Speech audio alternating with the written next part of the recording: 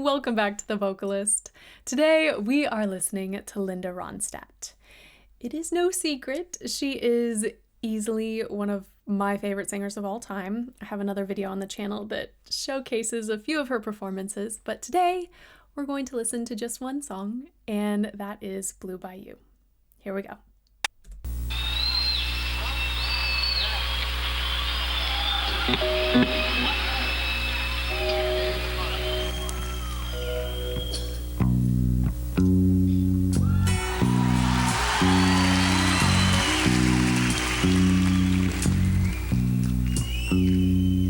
I feel so bad, I got a worried mind.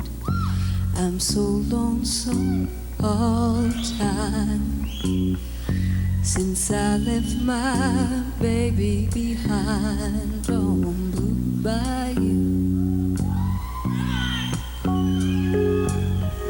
saving nickels, saving dimes, working till the sun don't shine, looking forward to happier times on Blue Bayou. I'm going back someday, come what may, to Blue Bayou, where the folks are fine and the world is mine. Blue Bayou, where there's fishing boats with their sails afloat. If I could only see that familiar sunrise through sleepy eyes, how happy I'd be. Gosh. I'm gonna try to not be incredibly redundant, but I have a feeling I'm probably gonna echo the same sentiments I did 2 years ago when I did a video on her for the first time, because I just think she is so brilliant in so many ways, not just within technique, but also phrasing and musicality, musicianship, just everything is so good and, for me, so appealing. So here we go, back to the beginning.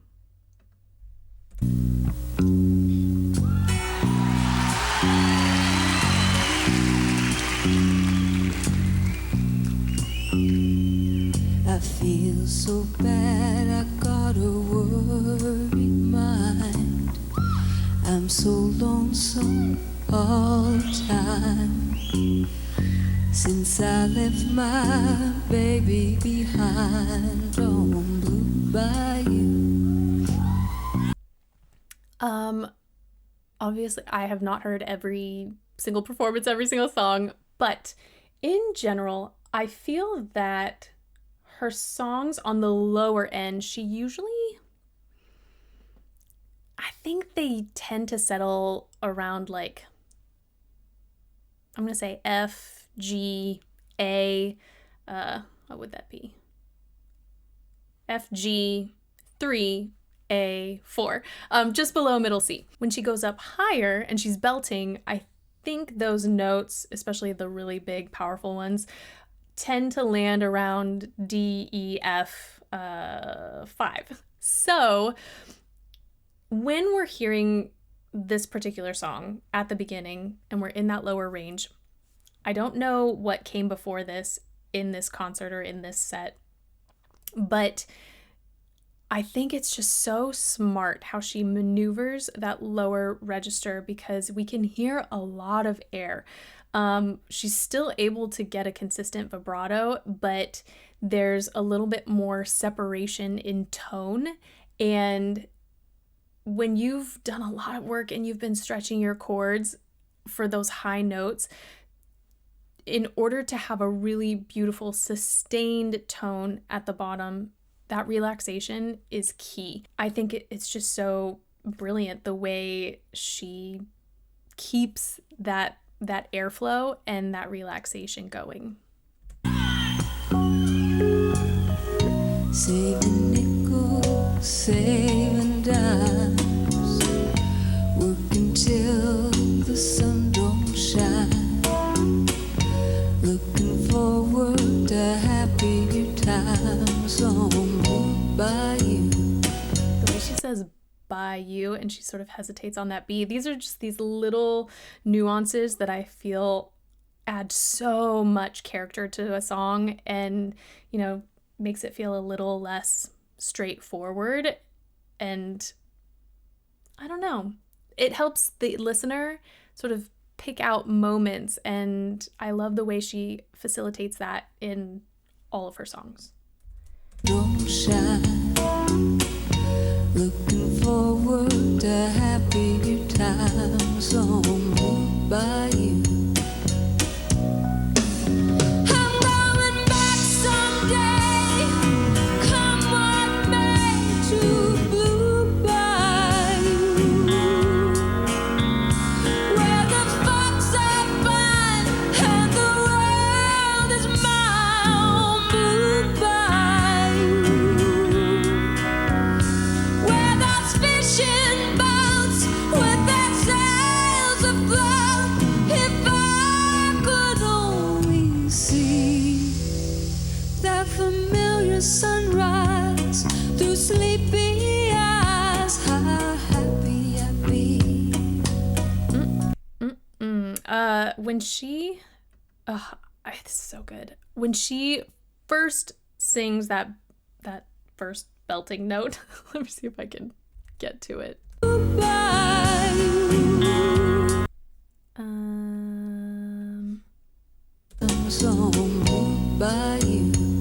So when we say I'm going back, usually there's a glottal onset, but that can be a little risky sometimes depending on where that note is in your range, especially if you're putting a lot of power into it, because mind you, she was super relaxed at the bottom, so, and was using a lot of airflow. So if she just like closes the chords and right out the gate, it certainly can be done, but I feel like there is more risk in that. And so I love, we hear I'm going, we hear just a tiny bit of H at the beginning of this so that she's still able to let that air out, but engage so much more pressure. And obviously the tone is stunning. I'm going back someday, come what may, to Blue Bayou. Variety, we're not just at a level 10 the whole time. As she descends a little bit, she enables more mixed voice to come in, and it's just more head mix.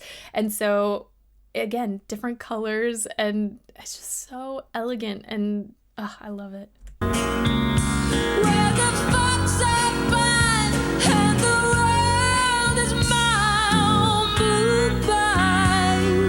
Now here, we know what's coming. She starts putting the sound just a little bit more forward. Where those fishing boats with their sails afloat. If I could only see that familiar sunrise through sleepy eyes, how happy I'd be.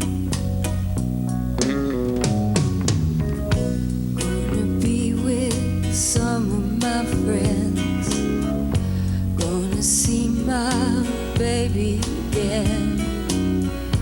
Maybe I feel better again on Blue Bayou.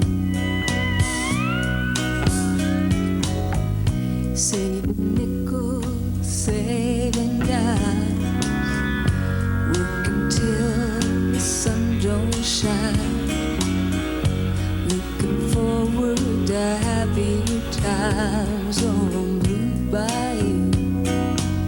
There were a few moments in there where I feel like she, again, embraced that relaxation. Actually, let me play it back because you can kind of hear these tiny little shifts. Saving dimes, working till the sun don't shine, looking forward to happy.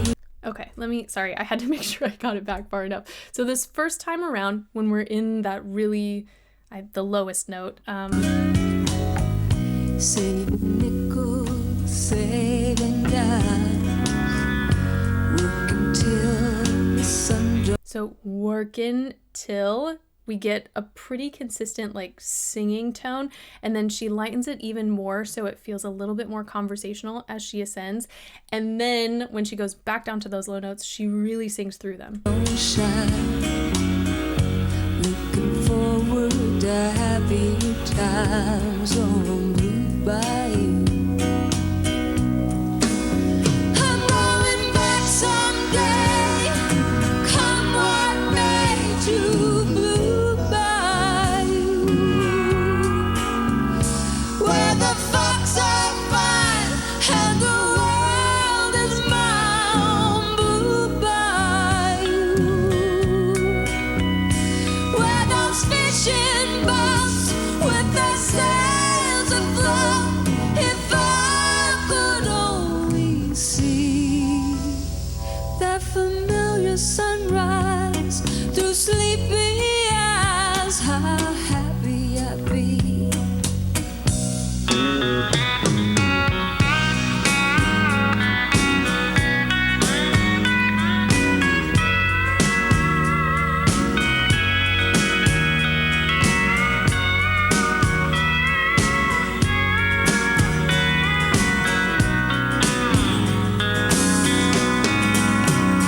Oh, that boy of mine by my side, the silver moon in the evening tide. Oh, some sweet day gonna take away this hurt inside. Okay, we're gonna listen to that again because of the phrasing. Oh, that boy of mine by my side, the silver moon in the evening tide. Oh, some sweet day gonna take away this hurt inside. One more time. I feel like I need to elaborate a little on phrasing because so often we just assume, oh, someone is really great at managing their breath and they don't have to breathe. But phrasing is so much more than that. It's creating these arcs. It's breathing when you need to, but not allowing an interruption of sound. I mean, there's just so many different techniques that singers have available to them to improve their phrasing, and not just, singing for a really long time without breathing. That's certainly an option, but what she does here, I think, is such a gorgeous example.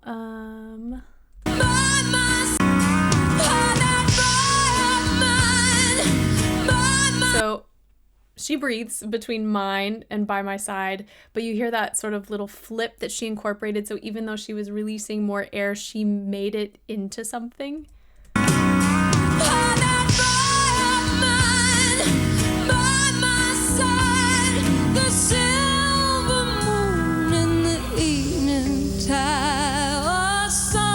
And then, of course, she did elongate that phrase, but it wasn't just all at a level 10. She was incorporating different dynamics, different colors too.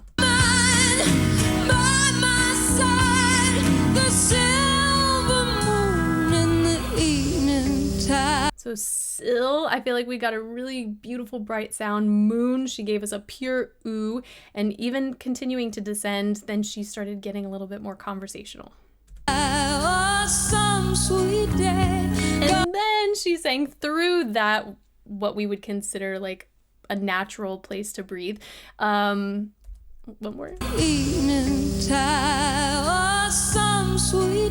And then sweet, you can hear how much more head voice engagement we got, which completely shifted the color. So she's doing all of these things throughout. I love it. Gonna take away this hurt inside. Well, I'll never be blue. My dreams come true. I'm blue by you.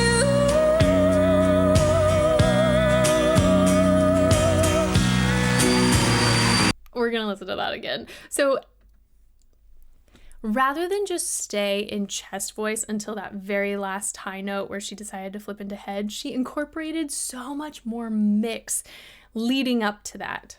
Well, I'll never be blue. My dreams come true. Both on Blue and True.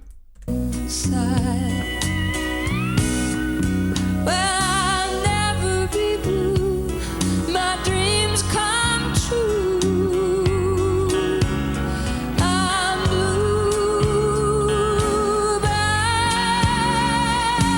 you.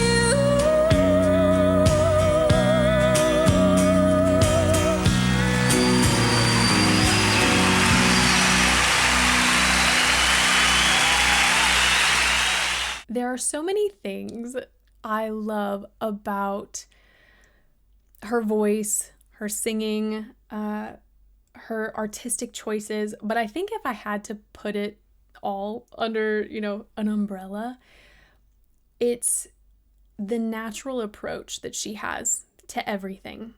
It always feels so honest to me. A lot of the power in her voice,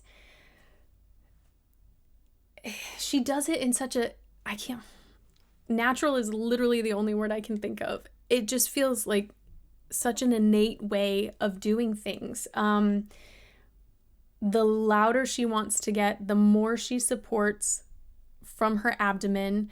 And you can see, a widening in her oral cavity space. She just does everything that I think sometimes, like all the beautiful techniques that she incorporates in her singing, I feel sometimes are stripped away from singers when they experience a lot of training. I don't know, at least that I've seen today. I think sometimes we shy away so much from just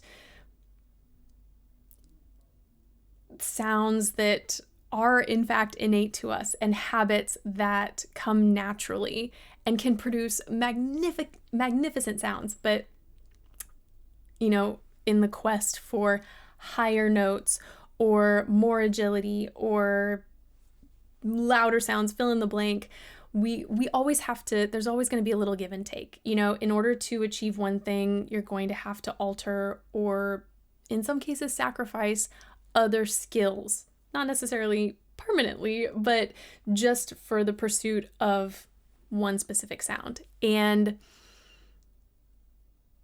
I mean, what did we get? Probably a decent, almost 2-octave range, maybe a little less in this song. So, and yet it's so powerful and so thrilling. We don't need, don't get me wrong, I love hearing notes in the stratosphere, but we don't need a huge range or a ton of riffs and runs or, I don't know. There's so many things that can feel, I don't know, unnecessary maybe. And I just think that she was so intentional with her singing and with her emoting. I know I'm just going on and on. Obviously, I'm a fan. I think everything she's ever done is just brilliant. And I also love how she embraced the natural qualities of her voice and, did folk, obviously did popular music at that time, but didn't shy away from country and some of the twang that we hear in her sound. And I mentioned it in the previous video that I did. That certainly wasn't all. She did jazz standards. She did operetta. There was just everything. So yeah, that's it for today. Thanks for sticking it out with me as I just fangirl for however many minutes it's been. Thank you for watching, and hopefully I will see you next time.